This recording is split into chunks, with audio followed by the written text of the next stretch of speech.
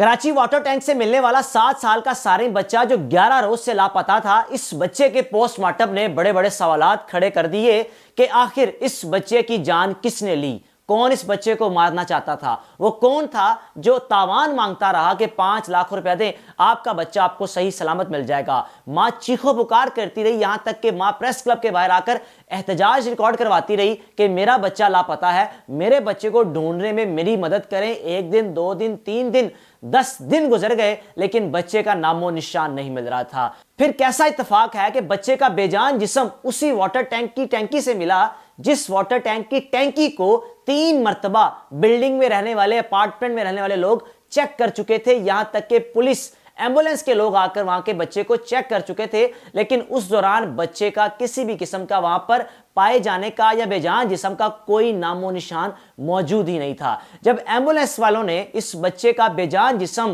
Water tank سے نکالا تو بقول ان کے 2 سے 3 روز پرانا یہ بے جان جسم ہے، لیکن یہ بچہ لاپتہ تھا 11 روز سے۔ آخر وہ کون ہے جس نے اس بچے کو اغوا کیا؟ کیونکہ والدین کے بقول جب تک بچہ ہمارا اغوا نہیں تھا اس سے پہلے ہمیں کالز آتی تھی کہ آپ کا بچہ سارم مدرسے پڑھنے جاتا ہے، ہم اس کو اغوا کریں گے، اگر آپ 5 لاکھ روپے ہمیں تاوان دے دیں تو آپ کے بچے کو کسی بھی قسم کا کوئی نقصان نہیں پہنچے گا۔ 7 سال کا سارم جب مدرسے سے اپنے بھائی کے ساتھ نکلا تو جناب عالی بھائی تو گھر پہنچ گیا لیکن سارم گھر نہیں پہنچ سکا۔ اب جس واٹر ٹینک کا ذکر کیا جا رہا ہے اس میں ڈھکن نہیں لگا ہوا تھا، باقاعدہ گتا رکھا ہوا تھا جو کہ ایک نقصان دہ بھی ہے اور اس میں حادثہ ہو بھی سکتا تھا، لیکن یہ اس گتے کا اس حادثے سے کسی بھی قسم کا کوئی لنک نہیں ہے کیونکہ یہ اس بچے کو اغوا کیا ہوا تھا۔ گورنر سندھ کامران ٹسوری نے بھی بار بار ان ملزمان کو، اغوا کاروں کو کہا کہ 24 گھنٹے میں بچہ حوالے کر دیں وگرنہ آپ کو اس کا نقصان اٹھانا پڑے گا۔ پوری سندھ حکومت،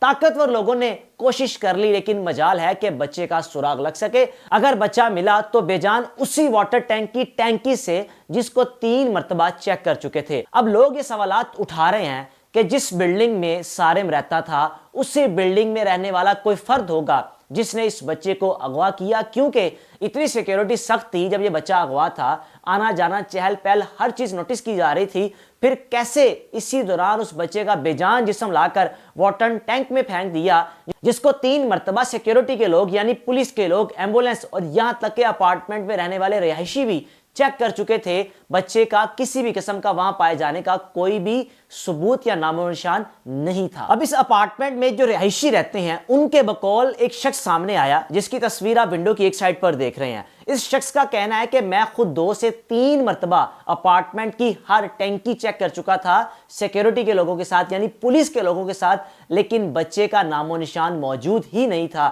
پھر کیسا اتفاق ہے کہ ہمیں جب سمیل محسوس ہوئی، کیونکہ ہم تو اس اپارٹمنٹ میں رہ رہے تھے، ہمیں جب سمیل محسوس ہوئی جس ٹینکی کو ہم چیک کر چکے تھے، جب اس ٹینکی میں کچھ بھی نہیں تھا، اب سمیل لانے پر جب اس ٹینکی کا رخ کیا تو سارم بے جان اس ٹینکی میں پڑا ہوا تھا۔ اب جناب پوسٹ مارٹم رپورٹ، عباسی شہید ہسپتال میں اس بچے کے بے جان جسم کو جب لے کر جایا گیا، اس کا پوسٹ مارٹم جو کہ ابتدائی رپورٹ سامنے آئی، ڈاکٹرز کے مطابق بچے کے جسم پر زخموں کے نشان ہیں۔ کراچی میں جہاں پر دن دہاڑے چور ڈاکو واردات کرتے ہیں، جان لیتے ہیں، موبائل چھیننا، گاڑیاں چھیننا، بائک چھیننا، چلے جانا، لیکن اب کراچی کے رہائشیوں کو اپنے بچوں کی حفاظت بھی کرنی پڑے گی کیونکہ اب جو وارداتیے ہیں، جو ڈاکو ہیں، تاوان وصول کرتے ہیں، اب ان کا نشانہ بچے ہیں۔ اب صرف اغوا یا غائب صرف سارم ہی نہیں تھا بلکہ 4 سال اور 6 سال کے 2 بہن بھائی جو پچھلے کئی دن سے لاپتہ ہیں۔ کیا کراچی میں کوئی ایسا گینگ سرگرم ہے جو بچوں کو اغوا کرتے ہیں پھر والدین کو باقاعدہ کالز کرتے ہیں؟